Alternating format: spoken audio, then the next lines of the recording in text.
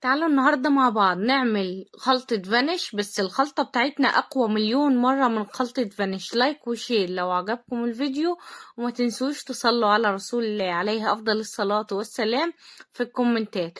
طبعا عشان نعمل الوصفة بتاعتنا عندي طبق، ببدأ أنزل بمسحوق أوكسي معلقتين كبار، بنزل عليهم بمعلقة كبيرة من ملح الليمون ومعلقة كبيرة من الكربوناتو. دول بقلبهم مع بعض اداكي مسحوق فانيش. بجد الوصفة دي أقوى مليون مرة من مسحوق فانيش أساسا. الخلطة دي بتستعمليها في الغسيل، ممكن تعملي منها كمية.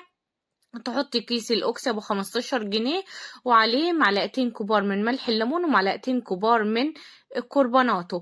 لو عندك بقى بقعة شحم أو حبر، بتيجي عليها تاخدي حبة من المسحوق اللي احنا عملناه، بتنزلي عليها بأي صابون مواعين، وبتبدأي تدعكي كده في المكان اللي فيه الشحم أو الحبر.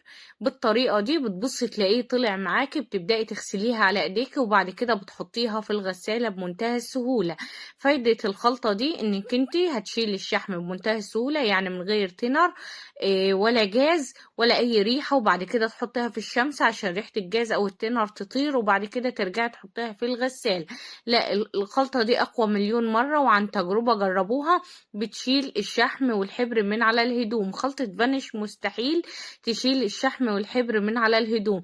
اعملوا الخلطة دي كمية وشيلوها، وابقوا حطوا منها معلقتين 3 في الغسالة وانت بتغسلي، هتخلي معاكي الغسيل زي الفل. لايك وشير لو عجبكم الفيديو، وصلوا على رسول الله عليك أفضل الصلاة والسلام.